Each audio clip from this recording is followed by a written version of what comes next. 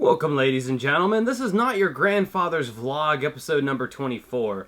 And before I get into this, if you're one of those people that sound a little bit like this, you need to get off your ass and stop feeling sorry for yourself. The world doesn't care about you, and I have all the answers. That's why I search for videos like this, so I can insult people to make myself feel better. yeah, you can fuck off. These aren't for you. Why are you watching these videos? Seriously, if you're just gonna be a negative douchebag whenever I make these vlogs, fucking unsubscribe to me. Stop watching my videos. Do you feel better about yourself now? Good for you. You're a jerk off. Anyway, for everybody else that's still here, I wanted to talk about something that I suffer from. I suffer from what is known as FOMO, otherwise known as fear of missing out. Do you guys ever feel like there's a whole bunch of people out in the world or in life that are just having such a great time, and you're stuck at home on a Friday night by yourself, not doing anything? Wikipedia defines FOMO as a pervasive apprehension that others might be having rewarding experiences from which one is absent. This social angst is characterized by a desire to stay continually connected with what others are doing. Now, this next part describes me in a nutshell. FOMO is also defined as a fear of regret, which may lead to a compulsive concern that one might miss an opportunity for social interaction, a novel experience, profitable investment, or other satisfying events. In other words, FOMO perpetuates the fear of having made the wrong decision on how to spend time, as, quote, you can imagine how things could have been different. You know, I guess for me this speaks to my low self-esteem and my insecurities, obviously. If you're happy in life, you're not going to suffer from this. And I'm not saying I'm not particularly unhappy, but this is just something that's always affected me my whole life. Whether it was when I was a young kid, growing up in church, I was never really accepted into the clique of kids there. Or whether it was through middle school and high school, where even though I did have a good bit of friends, I always felt like on Friday night, like I wasn't being invited to the party or invited to whatever the event was that most people were doing. And even now, you know, now that I've kind of created my little world of doing these YouTube videos and the podcast and all that, and even though I am a DJ, you know, it's like I just feel like, especially as I've gotten older and have kind of lost connection with a lot of my friends, I'm just kind of going in this circle in life and doing the same thing every week and not really having those rich, rewarding experiences. Now, there's another article that Time Magazine wrote, and they really harp on the social media aspect of the fear of missing out. Now, they say Facebook perpetuates this feeling. And I totally agree with that. I do think that Facebook will make you feel like shit if you're lonely and you feel like you're missing out.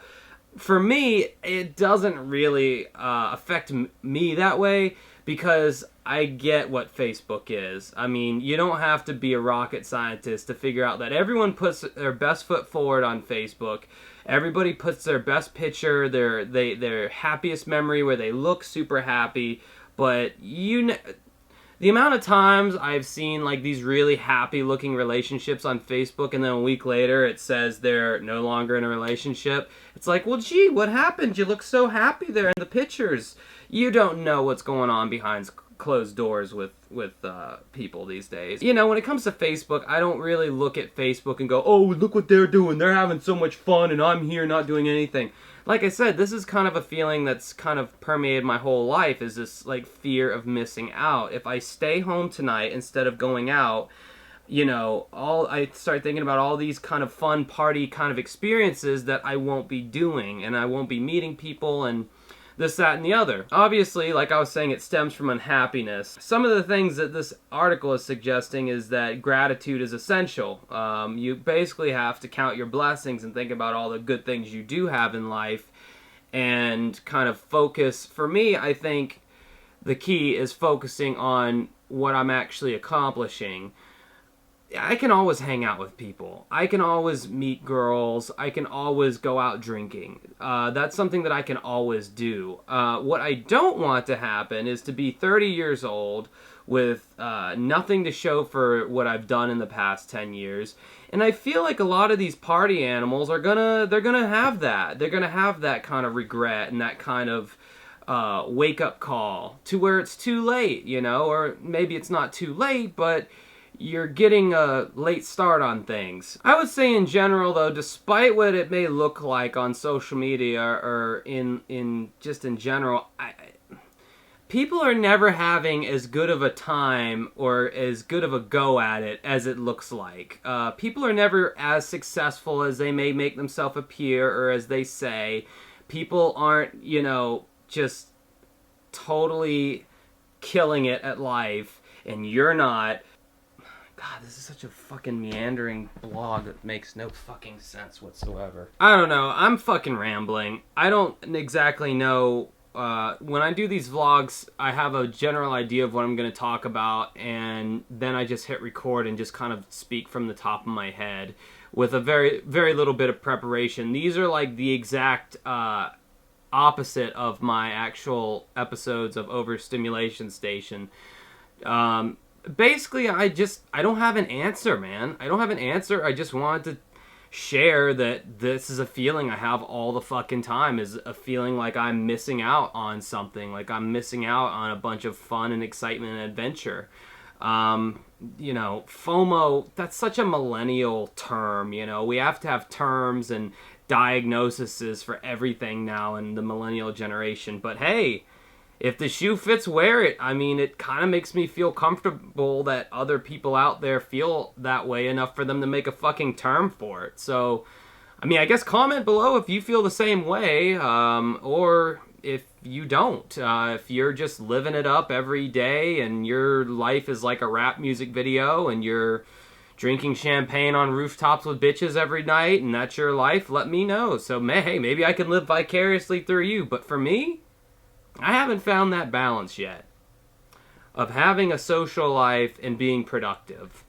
I know that's what it all boils down to. It's either I'm like right now it's like I'm all on the productive side with very little social interaction, and meeting new people has just been impossible for me lately.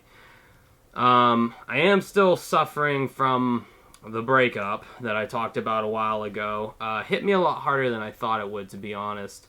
It's not something I can just snap out of, you know. I know that, you know, when you break up with somebody or somebody breaks up with you or whatever, you know, you're supposed to just move on. Easier said than done for me. I take things to heart a lot harder, I think, than other people do. And I keep being told by everybody that girls can get over shit faster than guys. Is that true? I don't know. It's funny, I'm not going to mention that story.